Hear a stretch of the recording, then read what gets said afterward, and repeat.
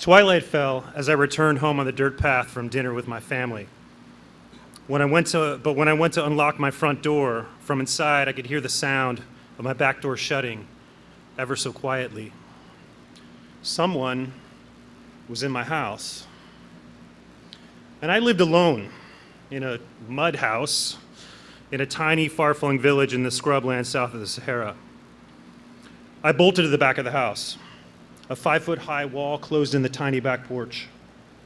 And there she was, a woman, really a preteen girl, tucked in the corner, trying to hide from view.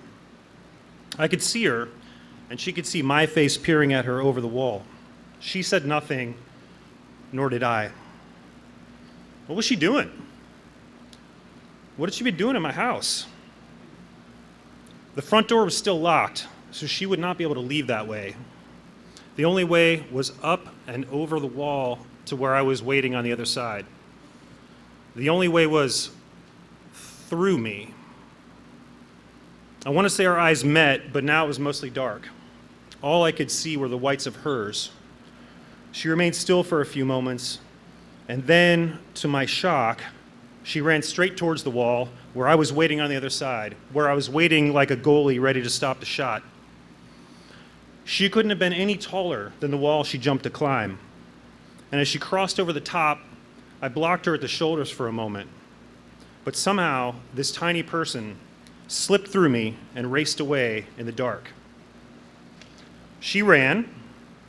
I chased. I chased her like a feral dog, like the ones that hung at the edge of the village, living off the bits of food scraps left in the dirt after a village meal. And I chased her in flip-flops, no less, yelling out in Bambara, Zohn, Zohn, Zombie. Thief, there's a thief. But no one came. I was on my own, in the dark, chasing a little girl, and the only light being that of small cooking fires in the distance.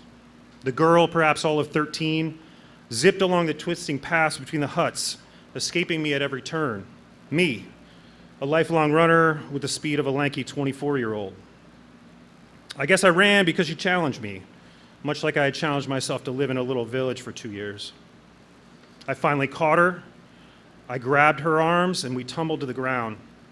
She thrashed and squirmed underneath me in the dirt, both of us choking on the dust we kicked up as we wrestled. As a U.S. Peace Corps volunteer in the 90s, I was trained in technical skills, public health, cultural norms, local language. But this wasn't in the handbook. Trainings don't cover tackling thieves, and they certainly don't cover tackling little girls.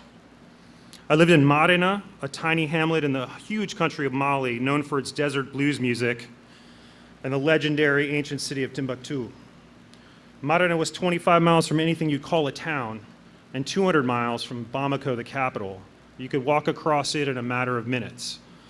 My 2-room house was the most lavish structure in a sea of round, single-room thatched huts, baking in the heat.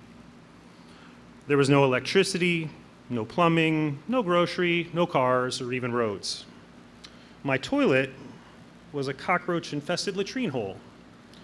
When I had batteries, I listened to cassettes, and when I didn't, my playlist was donkey brays, feral dogs fighting, and the rhythmic pounding of grain by women using a large pestle. But little Marina had a big heart. My fluency in Bambara came, and before my second year, I'd become an honorary member of this community. I knew the field workers, I knew the hunters. When not farming, my host father Maliki repaired my threadbare clothes and his side gig as a tailor. I couldn't go anywhere without folks calling out, Labas, my local given name. They would beckon me to eat with them at the common bowl or to offer me hot, bitter green tea that, like each month in Mali, became sweeter each round as more water diluted the brew. My friendship grew with Hawa, a petite but strong woman and the head of the women's group, and I worked with Yaya, the blacksmith, and his family on our construction projects. The village chief, a blind, sweet man with buttery soft hands like a well-oiled baseball glove, languished each day under a mango tree. He'd listen and then always point me to the movers and shakers I should talk to so as to make things happen. and I ate every lunch and dinner with Maliki and his family. I felt like I belonged. And maybe this feeling of belonging made me think I could safely leave the back door unlocked. But belonging belied my general delirium thanks to poor nutrition and psychoactive malarial medication. And maybe, thanks to my delirium, is how I found myself that night in the dark, in the dirt, on top of a young girl thrashing beneath me yelling, Zohn, Zohn, and wondering what the hell I was doing there, and wondering what to do next. But I didn't have to decide because village justice was coming. Men arrived with flashlights to find me holding her down, her face in the dirt, her little limbs exhausted from fighting a dude twice her size. Under the beams, I recognized her, but I did not know her name.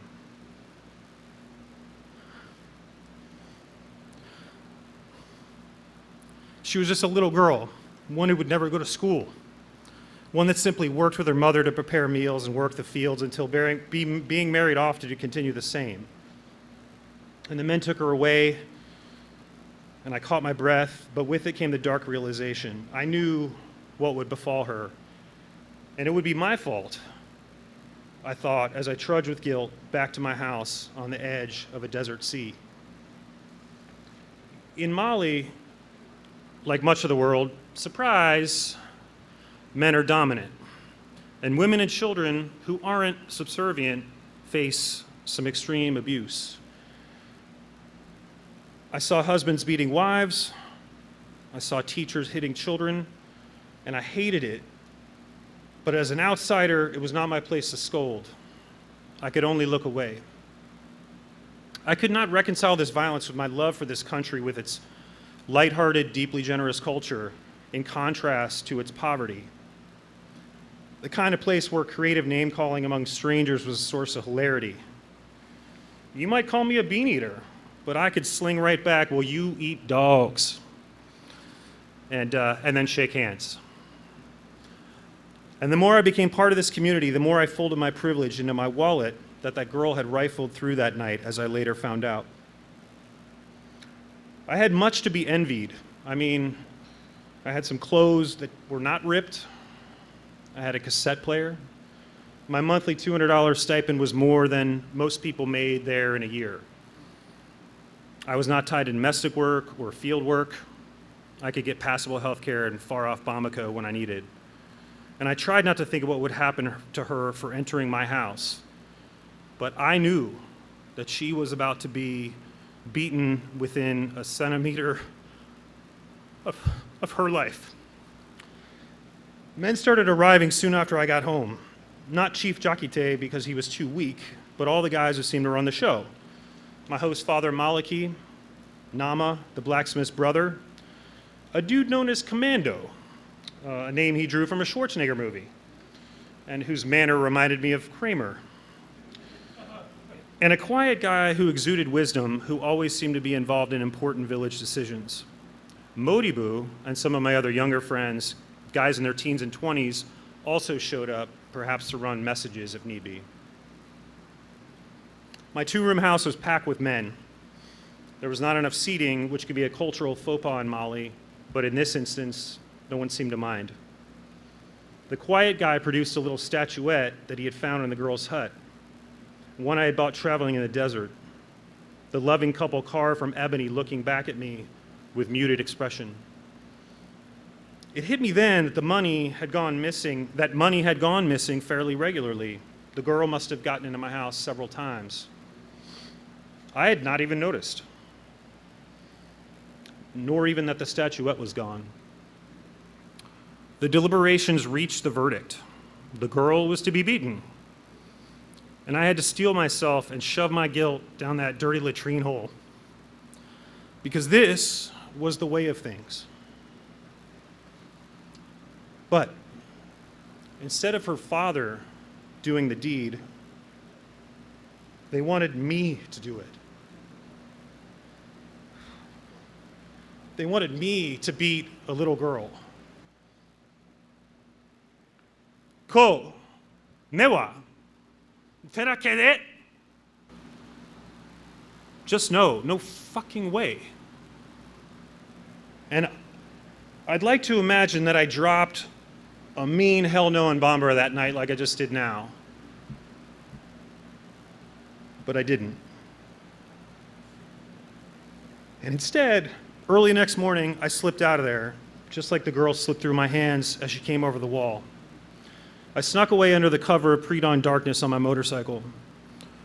And in town, I avoided this nightmare over piss-warm beer and a greasy liver sandwich handed to me on a scrap of paper torn from a cement bag, cement dust as a garnish. And when I ended my self-exile a few days later, Modibu told me that they had indeed beaten her. Who did it? I don't remember. I saw her months later, long after the wounds had healed, but our gaze never met again. She kept her eyes down and she kept herself far from my side of Macina. None of the village men confronted me about leaving, about how I'd run away from this conflict. My position allowed me to avoid some of the gritty realities that I faced in that dusty locale that was my home for over 2 years. So by escaping, by not stepping forward, I was able to embrace all the great stuff that Molly graciously gave me, people with nothing that gave me everything, wild adventures, incredible challenges, and the joy and despair of navigating a wildly different place than that of my upbringing. The night I left Macina for good in 1998, I cried like a baby. And I cried in a full-bodied, embarrassing way. And I cried in a way that I never saw Malian men do. Thank you.